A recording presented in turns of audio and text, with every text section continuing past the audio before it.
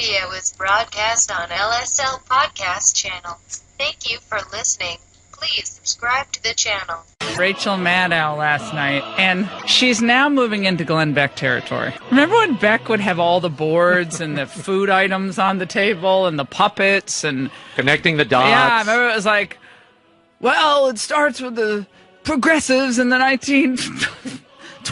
Woodrow Wilson and remember WW? League of Nations, and that goes into WW2, World War II.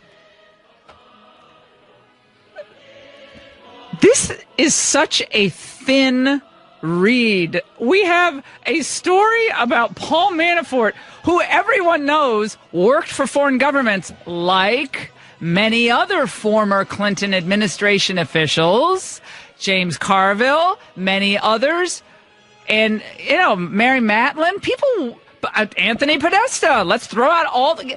This is where I'd like a list, please, of all the former White House officials, Bagala. They've all gone over to other countries and run elections, done elections. They've consulted with aspiring candidates. And Manafort, I guess, knows this Russian Richie Rich guy. And he knew him for many years because he worked, I guess, with the guy in the Ukraine who knew Deripaska. I said, so what? It is so stupid, and no one cares. No one cares. No one thinks that Paul Manafort, when he was after he was fired from the Trump campaign because of all the stuff swirling around, well, he worked for this Ukrainian leader who Washington doesn't like, and see, he's close. But you see, it's like, who's rumored to be close to? It's always who's rumored to be close to Putin, who sources said has in the past regularly spoken with Putin. And you go back and you know what I like to do? I go back to try to trace what this is all based on. And this billionaire they're talking about, apparently there's some U.S. official, maybe an intelligence official back in 2006, I believe it's in the New York Times piece today, had written a report at one time saying that this particular Russian billionaire is one of a handful with whom Putin speaks regularly. That was like back in 2006, a U.S. intel person wrote that. And so from that, Rachel Maddow says, see, Vladimir Putin had a hand in the U.S. election because Paul Manafort used to work for the Ukraine, and in the Ukrainian government, the official knew Deripaska, who in 2006, we understand, was one of the people rumored to be speaking regularly with Putin. And I'm listening to this and going, I know this stuff pretty well. I couldn't follow anything she was saying last night. She does need more props because I couldn't follow. Or a blackboard. She needs a blackboard or some type of... She should just wear the tinfoil hat every day on the show. It's honestly. And the reason all this becomes important is because now Mueller, in his investigation, according to the reports in the Washington Post and New York Times, it looks like he's closing in on Paul Manafort and is going to indict him. So there's nothing there, Laura. Clearly something's there. So what's driving that? Well, what's driving that is who knows? I mean, maybe Paul Manafort made money somewhere and put it in an offshore account, and maybe that's what they're looking at. I don't know. But I'm just talking about this one story the thread is about impossible. the Russian, because apparently when you say Russian billionaire, that in and of itself is grounds for conviction. So if you're a Russian billionaire, you stole, raped, all the things you did. But by the way, none of the billionaires in the United States, none of them have done anything slightly unseemly to get their money. All of them are always on the up and up, including everyone in Silicon Valley. It's I don't know. Who knows what actually happened here? But if this is what they have, after all this time that Paul Manafort talked to his friend with whom he had worked for many years, said, you want a briefing on the election? I'll give you a briefing. I don't know. Was he getting paid while he was a Trump campaign chairman? I don't know. Is that illegal? I don't think so. But listen to Maddow. Oh. Since Oleg Deripaska has also brought legal action in American courts against Paul Manafort, claiming that Manafort owes him money. It's not inconceivable that what Paul Manafort meant there was, how can I use my newfound fame and my political power in this presidential campaign to pay off my debt? that I owe to my Eastern European contacts? What could I do for them with this presidential campaign that might make them forgive my debt? Okay. Again, I would say, so what? I mean, so what? What? You tell me how this has anything to do with Donald Trump. This has nothing to do with Donald Trump. Donald Trump parted ways with Paul Manafort in August, brought in Bannon, and then won the election. Can we do our own 90 degrees of separation? Okay. Because I'm seriously, but I love how they go from this billionaire guy, they go Deripaska, and then she calls him an Eastern European bad dude. Well, he's a Russian with Putin contacts. No, said to be close to Putin, and then then there's a whole thing about how he's been trying desperately to get into the United States on a visa, only like millions of other people who have business in the United States who are trying to get into the United States, except he's been, I guess, blocked because because of rumors that he's involved with organized crime. So I'm looking, okay, if that's bad, if he's organized crime, I mean, Russian mob, forget it. That's the most vicious next to the Chinese mob. It's the most vicious. So I'm looking, trying to do my own little research last night.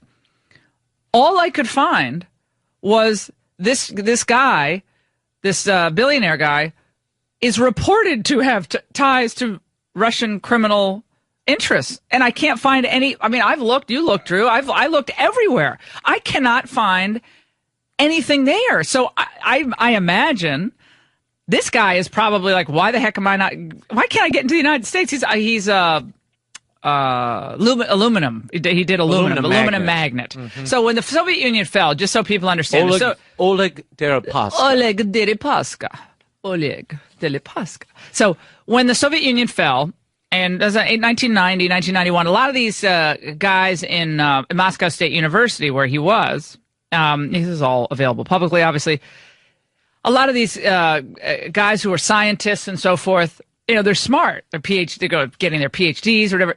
And they say, oh, okay, all this stuff that was owned by the government, we're going to move in and try to exploit this as the new Russian capitalists.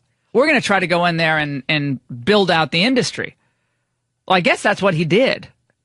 So he built out this industry, as they did with the cell phone industry, as they did with Gazprom. You got the billionaire came and bought the NBA team in New Jersey. And there's a power struggle between these new capitalists and the old Russian government. And then that antagonism actually continued to build. At some points, they were, some of the billionaires became friendly with the government, just like in this country. Like, the billionaires in this country don't have access? Are you kidding me? They all have access. Around the world, if you're a billionaire, you probably can get a meeting with the president of your country. That's my guess. If Bill Gates called up Trump and said, I want a meeting, how long do you think that would have? How about Tim Cook? He wanted to come in and meet with Trump. Do you think you could meet with Trump? Do you think he ever pushes an agenda with Trump? You think he wants anything for his industry? Of course he does. They all do. But there's something whimsically conspiratorial about the MSNBC crew. I'm actually quite enjoying it. Well, Raymond, you've done your own analysis of this. My own 100 degrees of separation using Hillary Clinton. I've been investigating the Clinton campaign using Rachel Maddow's map. Rachel Maddow's matrix of analysis. Are we ready? Yeah, go ahead. Hillary Clinton did a gala event, a fundraiser with Cecile Richards at Planned Parenthood, raised millions for Planned Parenthood. Okay. Now, bear in mind, there was an undercover video the Center for Medical Progress did, and those videos showed Planned Parenthood affiliates sold body parts for profit, or at least made deals to do so. Mm-hmm. Following this logic, Planned Parenthood is also a member of the Clinton Global Initiative. This is a fact. What we can say, analyzing all of this, is that from Tony New York fundraisers and galas for Planned Parenthood to the back rooms of the DNC, to the highest reaches of the Clinton campaign, and possibly the candidate herself may have been involved in selling or procuring aborted body parts. I'm just saying, paying back her debt to Cecile Richards.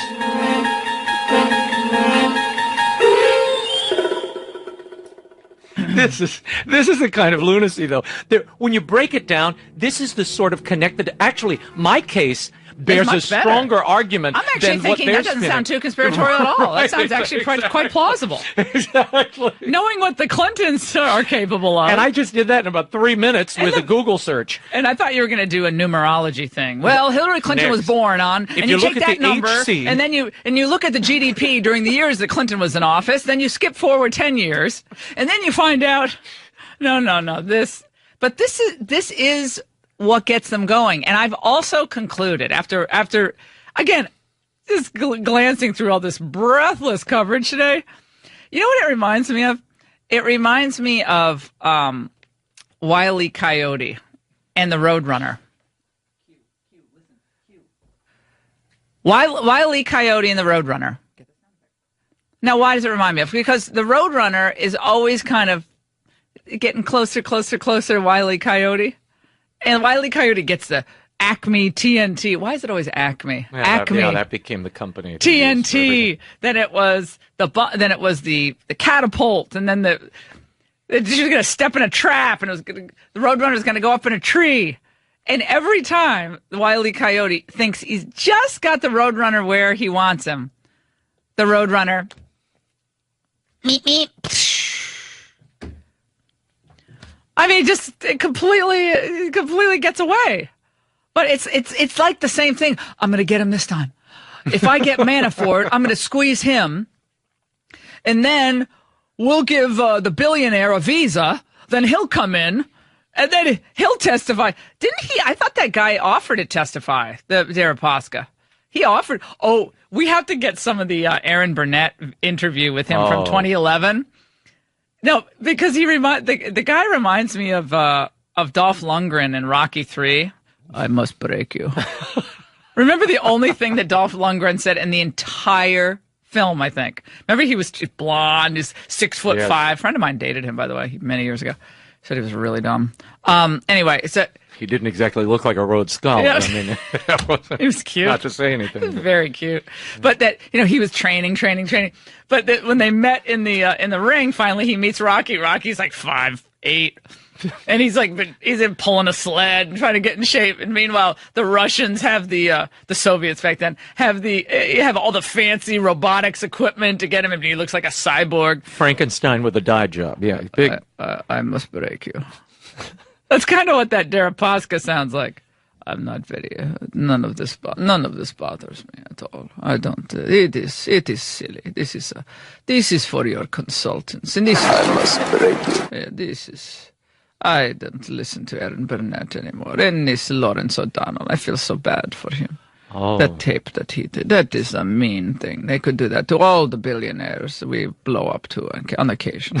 It's not fair. I felt bad for Lawrence O'Donnell. This stuff, look, it's not the best. So you should tell people there was a video of Lawrence O'Donnell. It happens to the best of us when, your control room is monitoring you and back in the home territory. And they leaked. We've had some hammering issues in our studio, Drew, and I was like, Drew, get the hammer.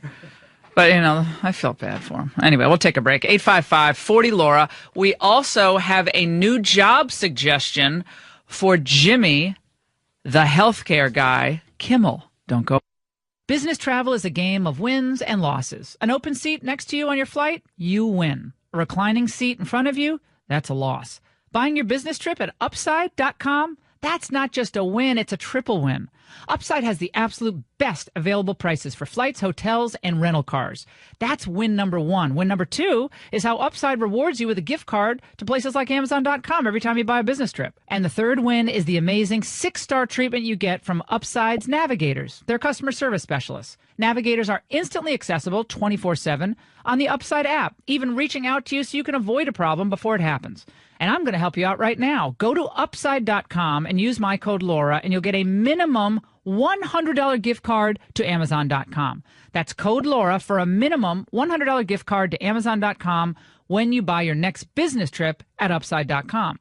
Upside.com, because you deserve a better business trip. Minimum purchase required. See site for complete details. You are listening to the Laura Ingraham Show, 855-40-LAURA. Jimmy Kimmel actually said something else that is will Jimmy play. now working for Aetna? What, he now is he's a health insurance the expert? Insurance companies don't like this Graham Cassidy plan. I don't particularly like it either, but for different reasons, and apparently this new policy guru doesn't like. But Raymond, you talked to Rand Paul, and you're talking to him, and this is going to air tonight this evening, on the World Over. What was his problem? Well, I spoke to him yesterday. Look, he doesn't like the fact that he'd like a clean repeal. A bill just repeals Obamacare, but that really is unrealistic. I mean, you need now. You've given people pre-existing condition coverage; they expect that. Now, here's where Jimmy Kimmel gets it wrong.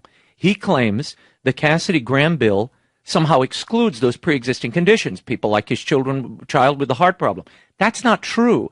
It sets up state exchanges where your state gets federal dollars to create their own health insurance system, and you can buy health insurance across state lines by executive order. Trump's going to sign that in days. At the same time, yeah. So, given all of that, Jimmy Kimmel's going to get what he wants. It's just the states will be in charge of running it as opposed to the federal government. Rand Paul's problem is he doesn't think the federal government should be involved in this largesse, sending trillions of dollars to the states. He wants the states to figure out themselves and the free market system to cure this. And Chris Christie's all upset. He's like, well, you're going to take my state money and give it to other states. Yeah, well, that's what it breaks the money up and gives it to the rural states. Takes it from California, New York, New Jersey. It disperses it to those rural states. And that's the other problem the governors have. The governors aren't worried about the care. The governors are worried about the moolah. So, again, this gets very down into the weeds, but it is important. And when you have a guy like Jimmy Kimmel using his celebrity to make statements, it is concerning because he really doesn't understand the nuances. Well, Jimmy Kimmel should go and take Lawrence O'Donnell's 10 p.m. slot on MSNBC. Oh, you'd like that. I will relish taking him on at 10 o'clock. Relish it. So, Jimmy, if you want to swim with the big fish on policy, let's do it. 10 o'clock. See you there. You should invite him on your show. I'll see you there, Jimmy. Oh, ladies and gentlemen, the Genucel warehouse sale from Chamonix is clearing out fast, as I knew it would. So you order now, you get double your order of Genucel free. And, I mean, you know what it is by now. You should. It's a natural plant stem cell treatment. Has those advanced peptides for those pesky bags and puffiness under the eyes. You don't sleep as much as you should. You know you want to look better. And it has those effects that, look pretty immediate, and you're going to see what I mean. In about 12 hours, people are already reporting that they feel better, look better. So call now and get your order of Genucel doubled for free. All you need to do, it's very easy. You call them. 800-480-5206. That's 800-480-5206. And by the way, you get 60-day money-back guarantee. You call now and you get 2 months supply free of that deep firming serum as well. Again, 800-480-5206. Double up on the Genucel and the deep firming serum and Esotique, all free while supplies last. 800-480-5206. So Jimmy Kimmel is talking about how with this, it's not really even a repeal, but this new legislation, the Graham Cassidy legislation, that it would shrink the pool of federal dollars going to certain states. Right. And yes, it does. I mean, it does shrink the pool of federal dollars. Obamacare is collapsing. He doesn't have an answer for people you say have access to coverage, but having access to coverage is different from having care. People aren't going to get care because it's too expensive. Premiums have doubled, plus doubled. Doctors are retiring. The exchanges are collapsing. And people are being penalized to pay for other people's pre-existing conditions, which we thought was all going to somehow add up. Obama thought this was all going to add up, and it was all going to be this healthcare nirvana. It turns out it doesn't work. Kimmel's okay because Kimmel can just pay out of pocket, or he has insurance, some gold-plated insurance. It works for him. But for most small businesses in the United States, people who buy on the individual policies, they have been hammered by these premiums. So Kimmel's just one of these celebrities who, he might be the nicest guy ever, but he thinks that there's a limitless pot of money. They want single payer. They want national health care, but then they'll go and do their concierge care. Right. They're not going to be part of the National Health Care Service. They'll have concierge coverage. And Obamacare was nothing more than the middle point between where we are in the private sector and single payer. They knew it would collapse, but with the mandates in place, you would have all these people grafted into the system and dependent on that coverage, and then the bottom would fall out financially. You know what? The bottom's falling out anyway. So the question is, how do you secure it? A lot of conservatives do not believe the Cassidy-Graham bill achieves what they wanted, which is a real repeal. The block grants to the states would give some latitude, some leeway for the states to institute their own reforms. That's the way it should be. This should not be a federal matter. If you're going to you have a Medicaid, which is supposed to be a safety net for people for a temporary period of time. Medicaid's not supposed to be a way of life. Medicaid is supposed to be a safety net, temporary. People who are on disability, that's a different matter altogether. Medicare, that's a different kettle of fish altogether. But the Medicaid is not supposed to be a permanent fixture in the lives of millions and millions and millions of Americans. No, it's supposed to be a stopping point that will provide coverage for a limited amount of time. Graham and Cassidy were both speaking out yesterday. The reporters were chasing them down. You see them running, that Katie Kerr, whatever, what's her name? Tur? I don't know. She seems fine. She was running around, and the main thing that so is anyone going to lose coverage? Willie Geist, I've never seen Willie Geist so aggressive with someone as he was today with poor old Ron Johnson from Wisconsin. We might play that later. Ron Johnson's trying to answer a question, and Willie Geist says, is anyone going to deny? Can you guarantee that no one will lose coverage? Anyone, not a single person. And Ron Johnson's trying to say, well, the states are going to have to make their decisions and they're going to develop their own set of priorities. I can't guarantee anything. This is going to be a state prerogative on a lot of this. But states can opt out of the rules that Graham Cassidy sets. So if Jimmy Kimmel has a problem with what the governor of California does, or wherever he lives, I don't know where he lives, then he can actually petition to the governor of California. And same thing with New York. They can go to Cuomo and say, no, this is not the right priority. None of these people have an idea, though. They have a lot of emotion. I understand Jimmy Kimmel's son had these surgeries, going to have more surgeries. And he said the reason he's so into this issue is because he now knows that there are other people who will be denied any of these surgeries because they don't have the money. I have to see the list of those people who are not going to be, who kids aren't going to get any surgery because of Graham Cassidy. I don't see that connection, but nevertheless, he's invested in this, he says, because of his own experience. Okay, I get that. That's fine. But to run around and start railing on about how Cassidy, Senator Cassidy, is lying.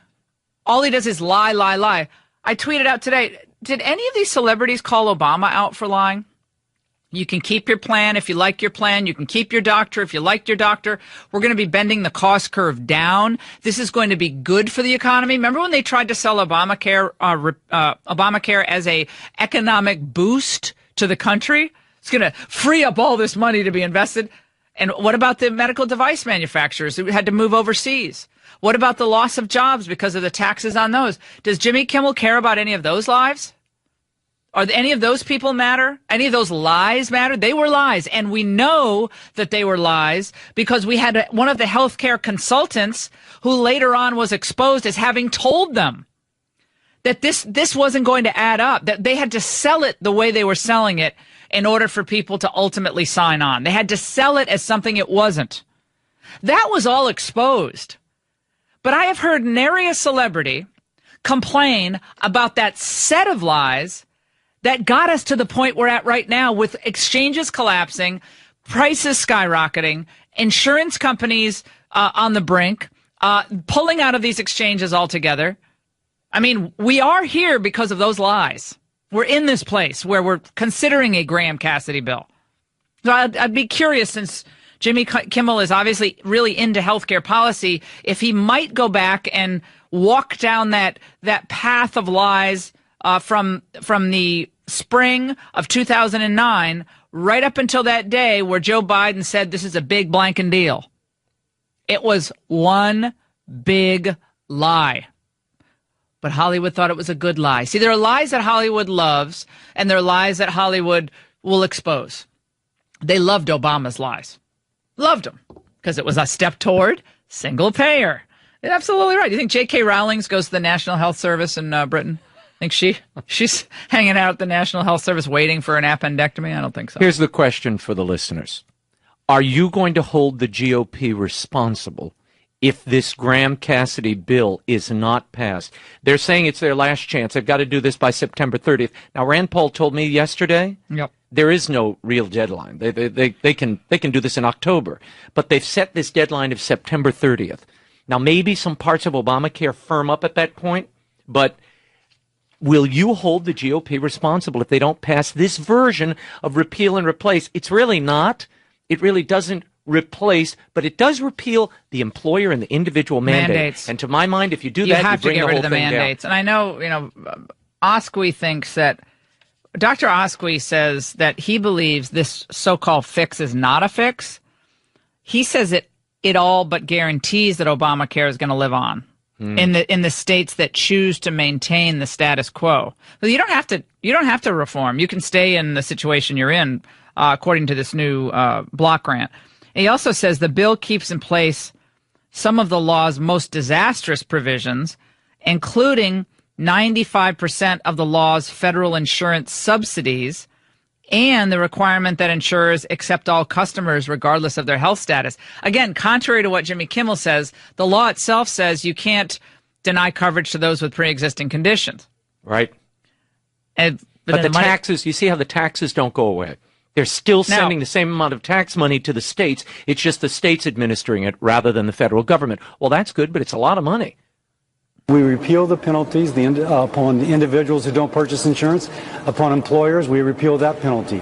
We repeal the medical device tax and the over-the-counter tax. We save $134 billion. We give power back to the states so that states can come up with a system that works for the state, giving power to the patient. We drive a stake in the heart of single-payer health care plan. If somebody votes against our bill, they're voting for Obamacare. Well, at the same time, this guaranteed coverage of pre-existing conditions, Dr. Osqui says, maybe people don't want to hear this, but that is what continues to drive up premiums. It makes sense, right? I mean, if someone comes into a plan, an individual, I'm talking about an individual plan, not group plans, which already accept pre-existing conditions. If you join, if you join a company and you had cancer, well, they have to cover you. That's the company's plan. But we're talking about the individual policies. He said that guarantee of coverage for all pre-existing conditions, that is what drives the price of insurance up and ultimately the price of care up. And so he said failing to wipe this rule off the books completely is going to be a legislative compromise and forfeit any real advances in controlling costs. It's all about controlling costs. We know the free market works. We know it works. And people are deathly afraid of the free market in healthcare. I don't understand why. But they're afraid of the free market. They don't want a free market. They want government controls because they think price controls will lead to everybody getting covered and all is going to be well. But what we see, and time and again, in nationalized coverage, as we see in Britain, that means care is rationed.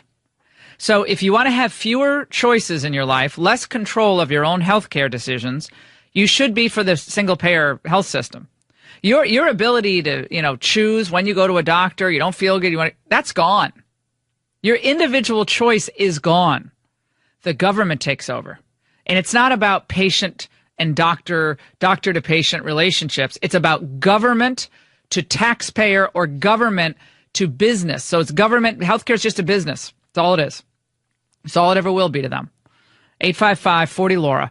We'll get to all of that. And, Jimmy Kimmel, what do you think about him hosting at 10? Or is he on? I never watch his show, so I don't even know when he's on. Is he on CBS or NBC? What is he on? He's on ABC. Oh, ABC. That shows you how much I know. He has a gig at 11, so he'll do 11:30. So he couldn't really host Lawrence O'Donnell's show. That would be show. hard for him to take over the O'Donnell slot. Maybe a guest fill-in. So O'Donnell is on at 10, and for now, it's fine. Really? So he had someone was hammering. They hammer in our building. It is hard to do a show when someone's hammering. It is it's not easy. He did apologize. He did apologize. I feel, I don't like that. I think it's untoward for people to record what is workplace conversations and surveillance and make that public. That's really, that MSNBC should investigate. Fire whoever did and that. Fire the person who did that. Stop the hammering. Stop the hammering out there. Who's got a hammer? Where is it? Well, that was toward the end of the... Yeah, that was actually one of the tamer parts of the Well, I will say this. of the tape. I found this to be his best show. You know what? I actually found him to be quite compelling. Endearing. It was endearing. He was human and he was authentic, which you don't get when he's doing that. See, I liked him when he was all hot and passionate about, like, what someone's talking in my ear. Well, they made fun of me for that once. Yeah. But, so he's trying to prepare, and someone's playing another show in his ear. So he's trying to talk to the control room. He can't see them, by the way. They're in another part of the building. Mm-hmm. He's trying to talk to the control room, and they're playing a show in his ear. So he's saying, there's a woman talking in my ear. About Labor Day in my ear. About Labor Day. And so he's trying to... He's just trying to hold it together. And people don't understand, if they've never hosted a show before, they don't know. It takes a certain sinew because you are balancing the thought that's coming, what you're doing now. You're listening to people in the control room. You're in three places. You're in three places. No one. If you haven't hosted a live show, you don't know what it's like. I'm sorry, but you don't know what it's like. You're juggling, and so if someone pushes you while you're juggling or grabs something out of your hand, it does make it. Well, now you shouldn't blow up at people. Right. Well, but people make mistakes, and he and I haven't been we haven't had the best relationship over the years. You and Lawrence O'Donnell, now that shocks me. We used to be colleagues. Well, we used to be close. colleagues at MSNBC back in the day when I worked at MSNBC. We were colleagues. Now explain colleagues. He was a little what does grumpy. that mean? Well, we were friends. Did you go to lunch? I don't think so. Ever went to lunch with him? No. Never drinks? No lunch? No. Was a Russian present? Was a Russian? I'm just trying to get to the good Russian? stuff. Did you have a white Russian? No, but he was one of the contributors. I was one of the contributors. But he always thought he was a little bit high and mighty, in my view. But I think this is not a big deal. I mean, that was a compelling performance. See, if he were like that in his actual show, that would be fun. His ratings would go way up. You're listening to the Laura Ingraham Show. Don't go away. Former head of the National Intelligence, DNI, James Clapper, who insisted that the president was not wiretapped, only to be asked by Don Lemon last night on CNN. Well, now we learned that turns out Manafort was monitored, so the president could have been picked up in these intercepts, and he has to essentially say yes. But that's not a lie. I mean, that's right, because we only talk about lies when we're talking about trying to fix this disaster healthcare scenario with Obamacare cratering, and Jimmy Kimmel and all of his cheerleaders now get up on their high horses and start screaming about lying. But when we're actually talking about listening in on the conversations of either a candidate for the presidency or the president-elect, you can I guess lie about that, and then it's just all forgotten because he's a honorable public servant. You're listening to the Laura Ingraham Show. 855-40-LAURA. The Republicans are doing an all-out push for this Graham-Cassidy bill, which I think nobody really understands. The president referenced it yesterday when he was at the United Nations, and he was sitting with Mahmoud Abbas, I think. Poor Abbas and King Abdullah. Yeah. Of Jordan. Yeah, they did the sit-downs with Trump. Trump was actually really good in those, though. I thought he was great. It's like speed dating. It is speed dating with Donald Trump. With leaders, yeah. They all ding, just ding, drop ding, in. And go to the next. Ding, ding, ding, ding, ding. And people say, well, is Donald Trump really familiar with the specifics of this legislation? Probably not. I believe that Graham Cassidy really will do it the right way, and it is doing it the right way. It has tremendous support from Republicans. Certainly, we're at 47 or 48 already senators, and a lot of others are looking at it very positively. Mike Pence has been working on it. Our vice president has done such a great job on health care and knows health care so well. He's talking about how close, we have a lot of support. Well, yeah, being they close don't have a lot of support. Isn't 50. You need 50 votes, and He's got Rand Paul 48. has already said he's not going to agree to it. And Lisa Murkowski has never been as popular, let's just say, as she's been in the last few months over the Obamacare repeal efforts. Someone who, again, most people don't know who she is. She's from Alaska. I love Alaska, but she's different. You know, she's a different kind of senator, not all that conservative. She should be conservative coming from Alaska. This is what I don't get, but she's not conservative at all, really. But they're chasing her down yesterday. Are you ready to support it? Nope. Why not? Because I am doing the due diligence that I committed to doing yesterday. What I have had an opportunity to do is to sit down with my team who has sat down with HHS, and we are ferreting out lots of numbers, and we're continuing to do that. Wouldn't you love to see her team ferreting out lots of numbers? Not sure what that actually Was she on her means. way to the airport to go on the Jimmy Kimmel show tonight? Is she going to be a reoccurring guest now? Yeah, exactly. You know, this is the type of thing I imagine we're going to see more of. I have a question. Why did Cassidy did he go on the Jimmy Kimmel show? No. He just when Jimmy Kimmel got on his high horse about discovering that there were poor people who couldn't do the things he could do for his kid, came upon poor people. Cassidy showed up on the show and did a thing saying he understands, and they were looking to enshrine pre-existing conditions in healthcare coverage. And Jimmy took that as some kind of gospel. Why do these Republicans go on these late night shows? It never works out well for them. The deck is always going to be stacked against them. See, they're with performers, and their entire job is to emote. So you go on with your slide rule, and you think your bullet points. Yeah, your bullet points and your charts, and the audience is half bombed. Most of the people in the audience, I mean, they've been drinking, so they're in there and they're just ready to have you thrown to the wolves. And you go in there with your pocket protector and your tie bar, and you go in and think, this is going to be fun. I'm going to sit down with Jimmy Kimmel, but it never works out well for them. I don't follow this. And you knew that Obama was going to come out, right? Because this is his legacy. Oh, and I'll tell you, if people have better ideas, if they want to give me some suggestions on how to make it better, then we're happy to hear that. But Donald Trump is going over there saying that they're going to repeal Obamacare. Well, I don't think so. For the first time, more than 90% of Americans know the security of health insurance. Paying more for insurance or being denied insurance because of a pre-existing condition or because you are a woman. They are paying more for insurance. That's not a thing anymore. What? We got rid of that. And people are alive today because of it. And that's progress. Okay. So he's saying people aren't paying more for insurance after Obamacare. How many of you are paying more for insurance? 855-40-LAURA. My insurance has gone up. Last time I asked my accountant how much it had gone up, I think it had gone up 69%, something Mine's like up, that. I think, 49%. Oh, yeah, no, my guy it told is me. a scandal. Every industry, remember, But not mandates. But mandates. Anytime the government mandates things, you lose opportunity and lose choices, and prices will go up. That's what happens. They mandate which type of what coverage will be covered by how much, what percentage.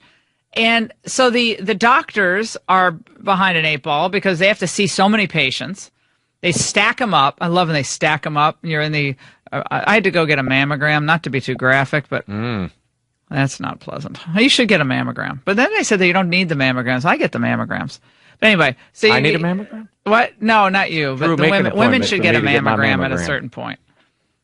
So I was in the hospital, and I know a bunch of the doctors where this particular hospital I go, so I always stop in and see a couple of them when I'm there, because I used to spend a lot of time in this particular hospital for breast cancer treatment.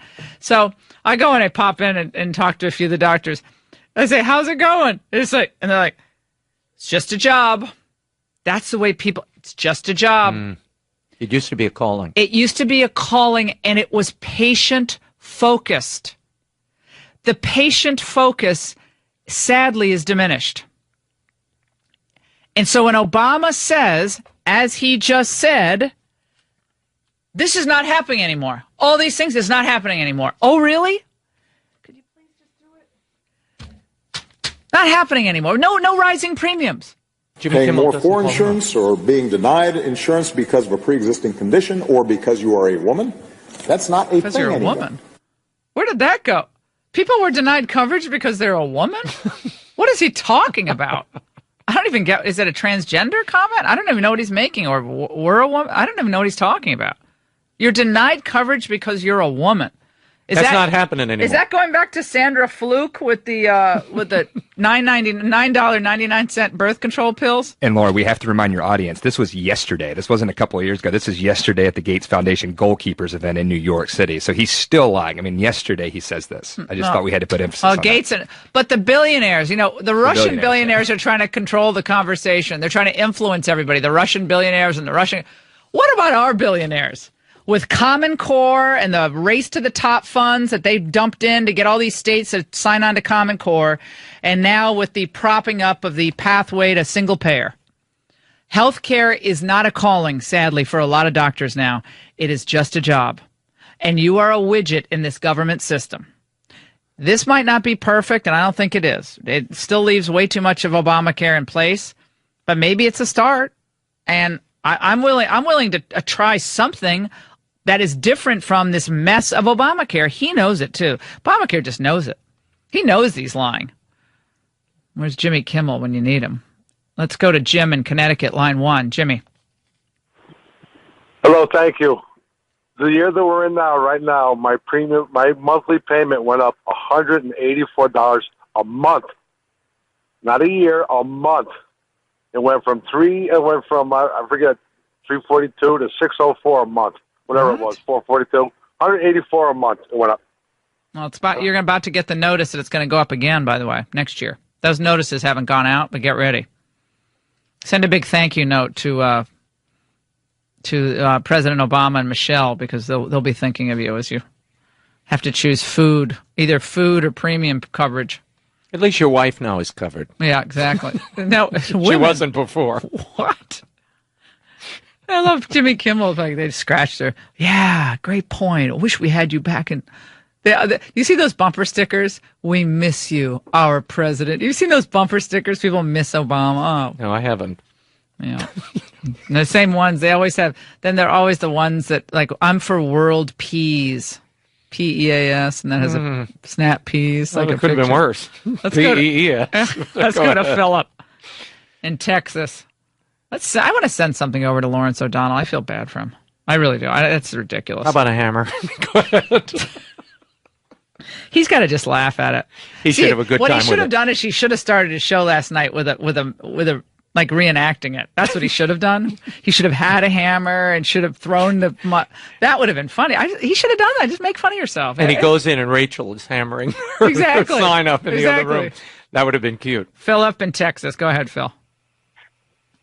Yes, Laura, it makes me sick that I never hear anybody talk about this, is that when Obamacare was enacted, they wrote language into the law that if you were a big company, you were forced with your part-time employees to either raise their hourly work week to 30 hours or pay them for 30 hours a week or kick them out of health care coverage. And so you have tens of thousands, hundreds of thousands of people across the country at one time lost their health care coverage. And I specifically believe they did that because they knew, hey, these people are working for these companies, working part-time, and they're paying for health insurance. And now we're going to have, in one fell swoop, hundreds of thousands of people that are paying insured that are going to need insurance.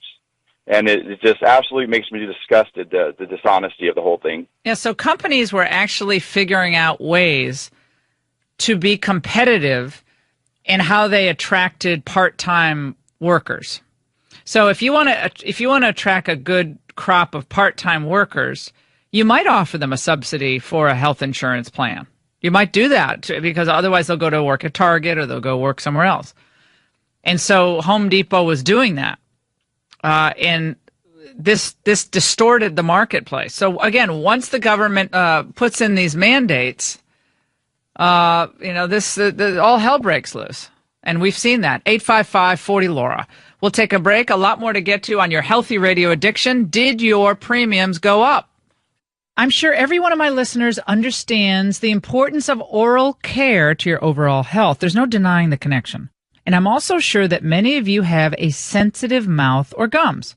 And sometimes you have painful canker sores, or sadly, maybe even painful sores from something like chemotherapy, from cancer treatment.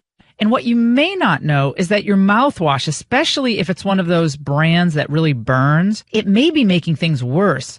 So you should try non-irritating, alcohol-free Closys Oral Rinse. That's Closys. Closys is like first aid for your mouth. It's as gentle as water, but it helps relieve common but uncomfortable, even painful issues in your mouth. And unlike other mouthwashes, Closys is also pH balanced, which eliminates the burn and the irritation. Try Closys Oral Rinse for sensitive mouth, gums, and canker sores for pain-free oral care. That's Closys, Closys. Learn more about the gentle, effective oral rinse at Closys.com or get Closys today at Walgreens, CVS Health, and Walmart. So I got my X-Chair and was such a huge fan and had such an amazing result from it that I ended up getting them for my entire staff. And I got to tell you, there's never been anything that we've done that has boosted morale or gotten as much productivity out of our team as just giving them these X-Chairs. It's amazing. Every day people are coming in literally saying how much better they feel, how much longer they're able to work, how much more we're able to produce. And so it has really been a game changer for our agency because literally people are staying at work longer and getting more out of their day because of a chair. I would have never thought that was possible. There's so many great websites, the 7 Lies of Obamacare, the 10 Lies of Obamacare. If you like your health care plan, you can keep it. If you like your doctor, you can keep your doctor. Premiums would decline by $2,500 per year under Obamacare. Another lie. Obama claimed that Obamacare would not worsen the deficit. Lie. He pledged it not to raise taxes on middle-class families. Of course, that was a complete lie. That ended up happening with the way the ACA was implemented. They put a cap on the flexible spending accounts. They put a 10% tax on something that really upset some of the television personalities I know, indoor tanning services. The individual mandate, all of that. Let's go to line 5. Marnie in Pennsylvania, my friend. Go ahead. Yes, hi, how are you today? Yes, he definitely lied. I pay $2,159 a month. It's officially more than my mortgage. I just had my anniversary date, and it just went up. And it's gone up at least $1,000 a month since he implemented Obamacare. So it's pretty bad. Wait a second. You pay $2,100 for an individual plan, or just for you? No. That's for a family. That's for a family of 4. Okay. I was forced to take prescription that I never wanted to take because we're, thank God, healthy. No one takes any kind of monthly prescriptions. That costs at least $500 a month. But I was forced that there's no plan that I can take that doesn't force me to have prescription things, of course, that you don't need or want. Prescription and coverage, $2,159 a month. Mm-hmm. That's a shock. Oh my! Well, remember what Obama said. He said that your premiums are going to go down. He said you're going to save $2,500 on premiums. Well, it turns out it was a total lie. We will start by reducing premiums by as much as $2,500 per family. Liar. Where's Jimmy Kimmel calling out the lies? Let's go to Jane in North Carolina, line 3. Jane, welcome. Hi, Laura. I had Obamacare when it initially came out and I think in North Carolina at that time we had 2 choices, and I believe that my premium at that time was like $510 or $530. And then last year we went down to one provider in the state, and for me just alone it went up to $800 and some dollars, and that was just for me, and I have no pre-existing condition or anything. What does that mean for your budget, your monthly budget? What are you not spending money on? Well, honestly, Laura, I didn't get it. When it went up to $800, I dropped out because I just can't afford that. Oh, so you paid the penalty? Yes. So you pay the penalty, you don't have insurance? Right. Unbelievable. That's what's happening. More people are paying the penalty. Unbelievable. I appreciate those comments and these calls. This is really sad for our country, and this must stop.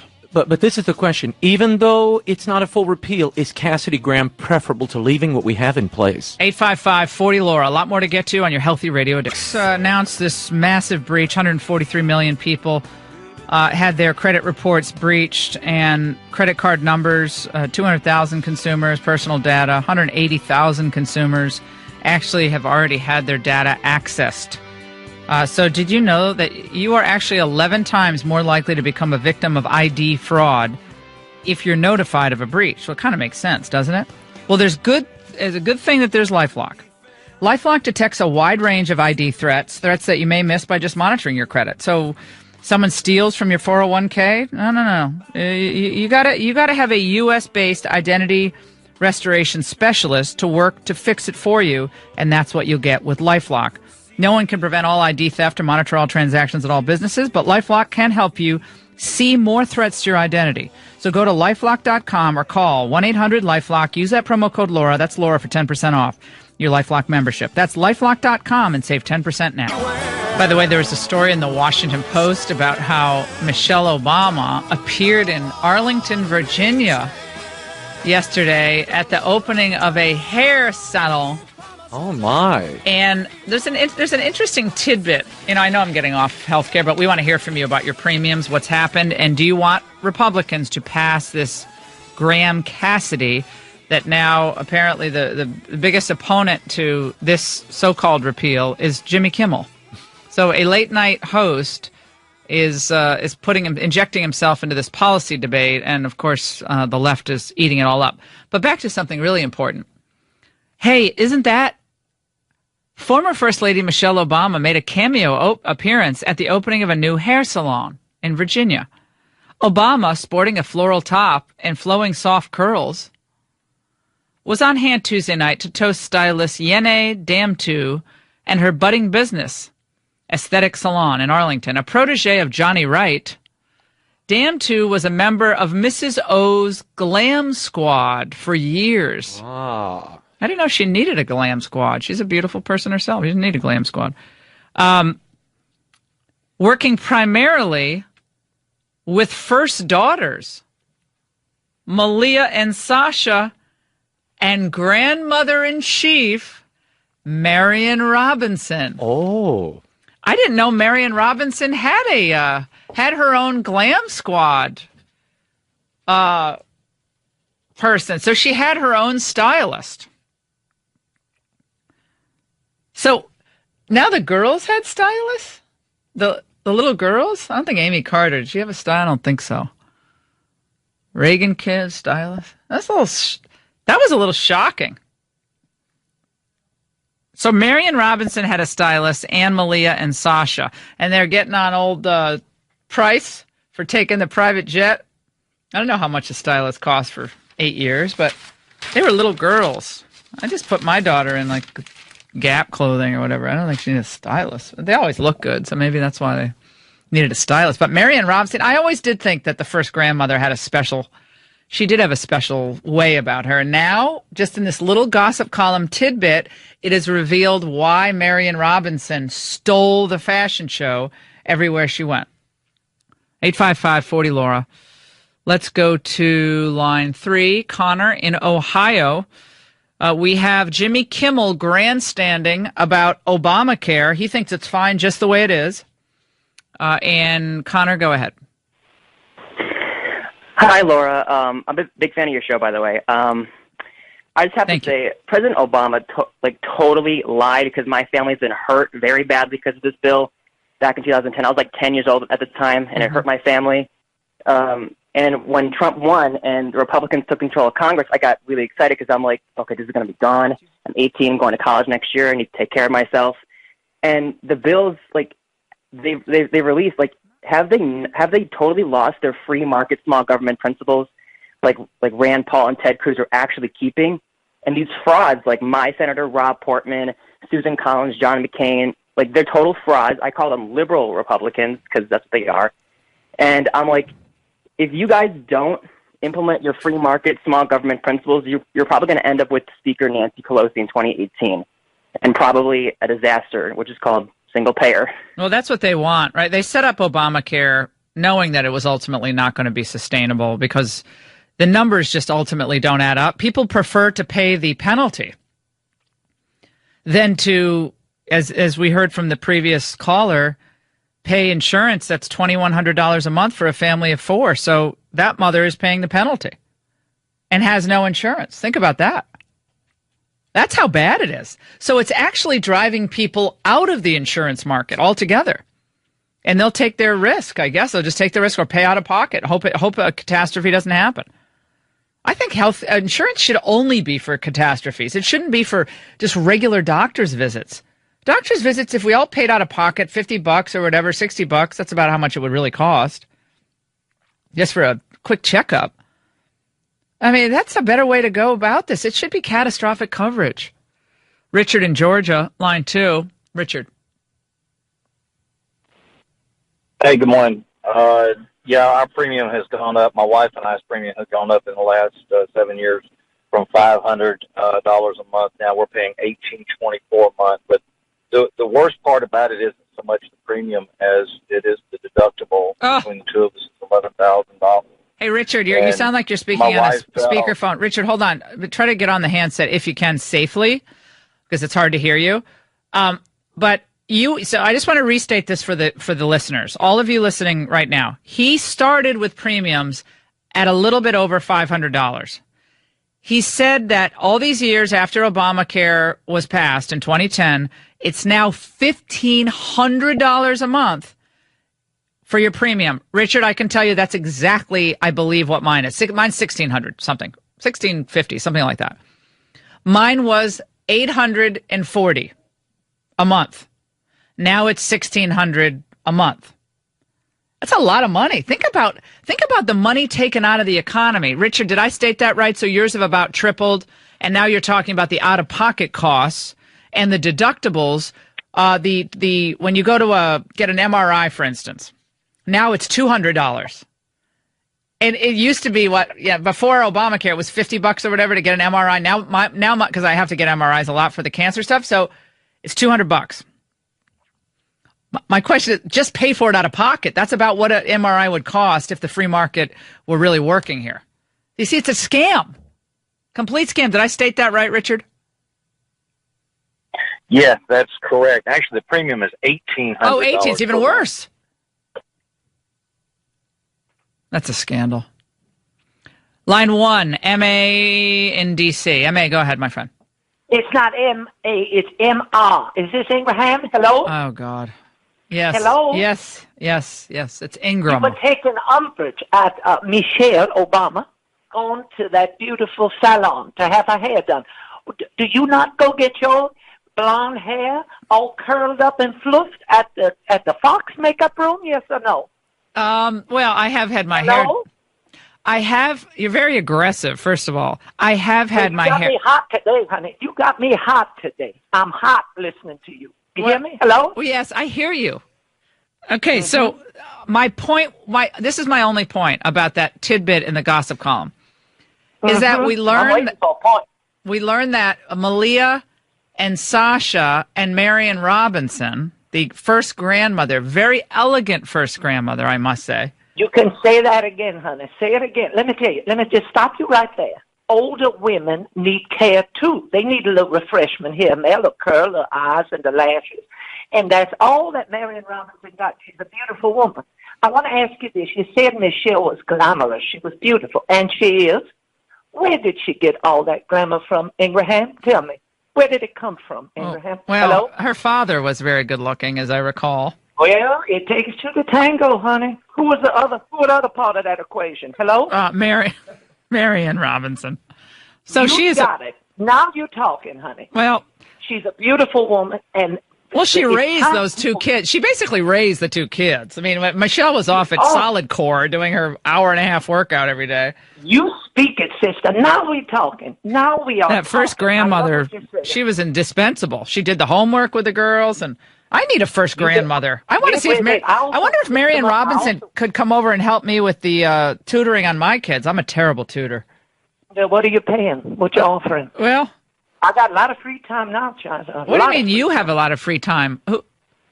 I got to get off the line. Goodbye. Bye. Could that have...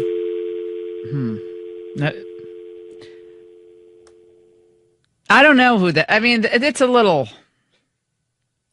That's a little odd, to say the least. Well, I'm happy. If you want to call in and take me on, I have no problem with it. And I've always been very positive about Marion Robinson. You have been very positive about her. Well, she's, and now we know why she looks so good. Well, a little stop in, I guess, from time to time. And the daughters are. Well, she's right. Cute. You did. I mean, let's face it. You do stop by every now and then to the salon before you show up on Fox. On Fox, exactly. A little fluffing. But now that would be a show. That would be its own reality show. Marion Robinson as the nanny for my kids, for Laura Ingram's children. Oh, could you imagine? Mm-mm-mm. Oh no! Oh that would no! be good TV. Oh no! Good TV. I think she did it well.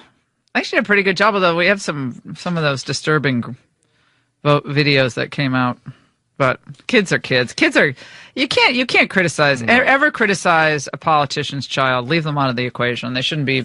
You know what I love? I got to say this. You have to say this about Marion Robinson. She never gave an interview. Never. She didn't go stepping on people or I liked her. Bad mouthing the rest of the family. She was very positive, elegant and didn't she? Wasn't in the Obama diaries? Didn't she refer to Barack Obama as Smokey?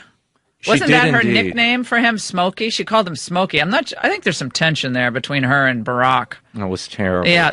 So she routinely referred to him as Smokey because he claimed he had kicked the habit.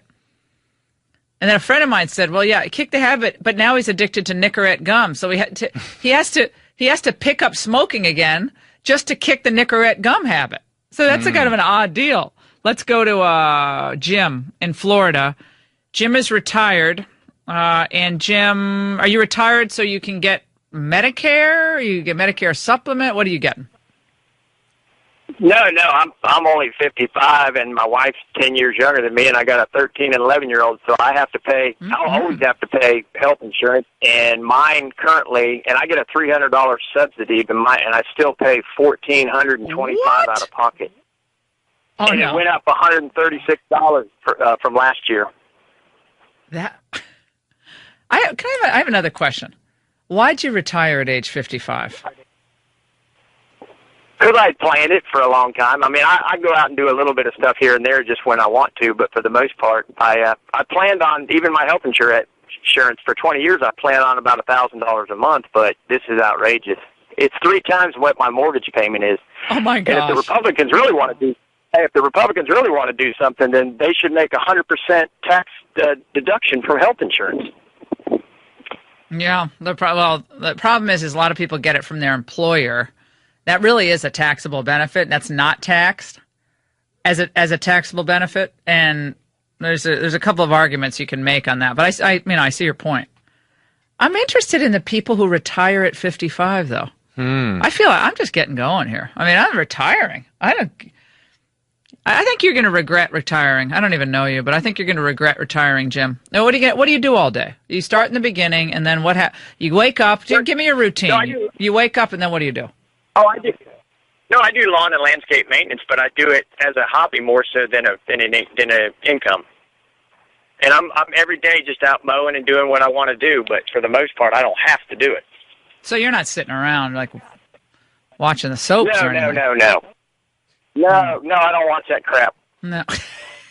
Are you going to be watching Megyn Kelly today? It starts in a couple weeks, right at 10 o'clock in the morning or 9? No?